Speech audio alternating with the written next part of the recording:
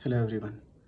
वैसे मैं कोई यूट्यूबर नहीं हूँ, कोई इन्फ्लुएंसर नहीं हूँ जो रेगुलर वीडियो बनाता हो। मैं ये वीडियो स्पेशली मजबूर होकर के, जब मैं देखता हूँ डे टू डे बेसिस पे क्या हो रहा है हमारे देश में, कैसे लूटा जा रहा है कॉमन पब्लिक को, कैसे सरकार के सपोर्ट से ये सारी चीज़ें चलती है और इसके ऊपर सरकार हमेशा चुप्पी साधी रहती है, बैठे रहती है। उसका उसका एक ये बहुत बड़ा एग्जांपल्स ना, लोग हमेशा हमेशा ये बात करते रहते, प्राइवेटाइजेशन कर दो, प्राइवेटाइजेशन कर दो और सब कुछ चीज़ें ठीक हो जाएगी। मैं उसका आपको एक एक लाइव एग्जांपल दिखाता हूँ कि कैसे ये प्राइवेटाइजेशन के नाम पे, प्राइवेटाइजेशन के नाम पे देश को लूट रहे हैं लोग। अभी मैं हूँ बिहारी। अभी मेरा फेस्टिवल आने वाला है छठ। ठीक है, अब मोस्ट ऑफ द बिहारीज को आप जानते हो कि आप कभी भी कुछ कर लो, बट आप छठ के टाइम में उनको नहीं रोक सकते। छठ के टाइम में उनको घर जाना ही जाना होता है। ठीक है, चाहे जैसे भी जाए, चाहे ट्रेन पे लटक के जाए, कूद के जाए, वॉट एवर द वे सारा, वो घर जाना डेफिनेटली पसंद है, वो करते हैं छठ के टाइम पे। तो अभी मैं बैंगलोर में रहता हूँ और बैंगलोर में ही यहीं पे जॉब करता हूँ। अभी मैं प्लान कर रहा था कि मैं दिवाली में घर जाऊँ और छठ बना करके, छठ और दिवाली दोनों मना करके वापस आऊँ। नॉर्मली बैंगलोर से अगर आप देखोगे तो मैं रहता हूँ, मेरा जो होम टाउन है, वो होम टाउन है मेरा मधुबनी में एक मधुबनी डिस्ट्रिक्ट के अंदर में राजनगर जगह है, वहाँ पे मेरा होम टाउन है। और हमारा जो नियरेस्ट एयरपोर्ट है वो है दरभंगा।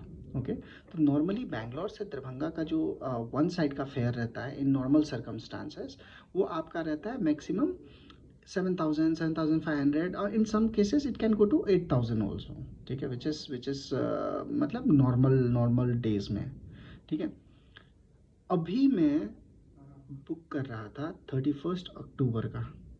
ठीक है, एंड आपको दिखा करके, आपको अगर मैं दिखाऊं तो आप सरप्राइज हो जाओगे कि अक्टूबर से लेकर के, ठीक है, 31 अक्टूबर से लेकर के 11 नवंबर तक का जो फीस है एयरलाइन ने एक साइड का, मतलब आप जस्ट इमेजिन, एक साइड का फीस जो उन्होंने 30,000 का किया हुआ है। अब आप मुझे एक बात बताओ, और इस देश के जो हमारे जो बैठे हुए हैं पॉलिटिशियंस जो है ना, उनको इतना भी अकल नहीं, या फिर इतने जो लोग इसको मैनेज करते हैं उनको इतना कॉमन सेंस नहीं है क्या? सेम रूट है, सेम रिक्वायरमेंट है, सेम एक्सपेंसेस है, सेम कॉस्ट है, तो अचानक से कॉस्ट डबल कैसे हो जाता है जो फेस्टिवल के टाइम पे? मतलब सारे लूटने के लिए बैठे हुए हो क्या? अरे यार, या तो सीधी सीधी बता दो कि हाँ, देश को चोरी करके लूटना ही एक मकसद रह गया, आम जनता को लूटने का ही मकसद रह गया है। तो फिर हमारा कोई वो नहीं है, फिर ये क्या मजाक बना करके रखा हुआ है कि यार ये इस हर हर टाइम पे कभी ये कर दो, हर चीज़ के नाम पे टैक्स लेते हो साला। यहाँ पे अगर सांस ले थूक दे आदमी तो उसके ऊपर भी टैक्स लगा दोगे। वो सारी चीज़ें देने के बाद भी अगर एक फेस्टिवल में आदमी सुकून से घर जाना चाहता है, तो ये 30-30 हज़ार का वन वे का फेयर, आई मीन, मतलब आप ये कहना चाहते हो कि भाई इस देश में जहाँ पे मरे हुए हो वहीं पे मरे रहो, कहीं जाने आने की ज़रूरत नहीं है। ठीक है, क्योंकि मतलब सरकार तो लूटने के लिए बैठे है, प्राइवेटाइजेशन वाली कंपनी को दे करके रखा है, किसी को जिससे कोई मतलब नहीं है क्या चल रहा है, कौन ऑपरेट कर रहा है, क्यों फीस है। मतलब एक सिंगल एक्सप्लेनेशन नहीं है कि फीस इतना क्यों है। कोई मिनिस्ट्री, कोई ऊँच नहीं, कोई नहीं। बिहार में बड़े नेता घूमे बैठते हैं। भारत सरकार के को चलाने में आज नीतीश कुमार के योगदान से भी तो चल ही रहा है ना बिहार की गवर्नमेंट, ये सेंट्रल की गवर्नमेंट। हाँ, किसी को कोई एक बार भी ये नहीं देखता कि जो लोग हैं परेशान हो रहे हैं, क्यों परेशान है? ये फेयर बढ़ाने का कोई तो लॉजिक बताओ कि क्या लॉजिक है। अगर लेट्स से फॉर एग्जांपल उस रूट पे अगर अचानक से आपके पास ज़्यादा वो आ गया तो एयरलाइन फुल हो गई, अब मत लो बुकिंग उससे बियॉन्ड।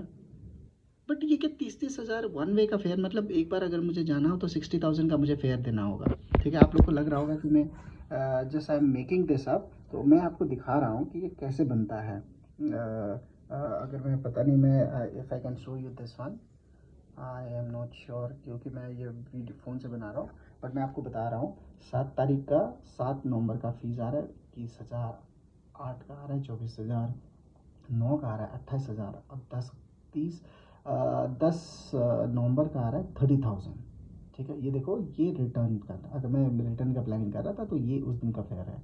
अब मैं आपको बताता हूँ कि अक्टूबर का फेयर क्या है, क्योंकि ये सारे फेयर्स लेकर के मैं वो चल रहा था। आप देखो अक्टूबर का फेयर कितना है। 14,000, 15,000, 16,000, मतलब डायरेक्ट फ़्लाइट एक तो है नहीं, और एक 16,000 का एक जो भी फ़्लाइट है एक दो, दैट इज़ 14,000, 15,000, 16,000। तो आप ये सोचो कि अगर मैं 31 अक्टूबर की फ़्लाइट लेता हूँ जो कि मुझे दिवाली कवर करेगा, और 7 दिन के बाद हमारे यहाँ पे जो छठ होता है उसको अगर मुझे कवर करना होगा, तो मेरा टोटल एक्सपेंसेस आने जाने का सिर्फ, ठीक है, that is gonna be almost like 50,000 rupees. और अगर आपके साथ लेते आपकी वाइफ है, बेबी है, तो आप सोच लो फीस इक्वल टू दैट। तो मैं ये पूछना चाहता हूँ अपने देश के महान लोगों से, ये प्लानिंग वाले लोगों से जो बैठ करके यहाँ पे भाषण देते हैं, चीज़ें करते हैं, कि ये आता कहाँ से है, कहाँ से आप लोगों को ये दिमाग आता है, ये कौन से लोग हैं जो ये डिसाइड करते हैं कि इसके टाइम में, एयरलाइन के टाइम में, फेस्टिवल के टाइम पे अचानक से भीड़ बढ़ा दो, अचानक से वो करा दो। हमारे सरकार से ना ट्रेन तो चलती नहीं है, मतलब कहीं भी जाती है, कहीं भी फट जाती है, अटक जाती है, टूट जाती है, लोग उस पर चढ़ जाते हैं, पत्थर मार देते हैं, एक्सीडेंट हो जाता है, वो कंट्रोल आपसे होता नहीं है। फ़्लाइट एक आपने चलाया, फ़्लाइट का आपका पता है नहीं कि क्या चलता है, नहीं कभी भी अपनी मनमर्जी से कोई भी एयरलाइन चलाता है कभी। एयरलाइन की प्रॉब्लम ये है कि आपने ऐसी मोनोपोली करके रखी है, एक सेक्टर में एक एयरलाइन को दे करके रखा है, वो अपनी मर्ज़ी से वो चलाता है, फेयर चलाता है। अगर एयरलाइन कैंसिल कर दे अपनी एयरलाइन तो कुछ नहीं होता है, बट अगर मैं एक दिन डिले हो जाऊँ, 5 मिनट के लिए डिले हो जाऊँ, तो मेरे को आप फ़्लाइट में भी नहीं बैठने देते हो। यार ये कैसा कैसा देश है, मतलब समझ नहीं आ रहा है कि हम क्या कर रहे हैं इस देश के साथ यार।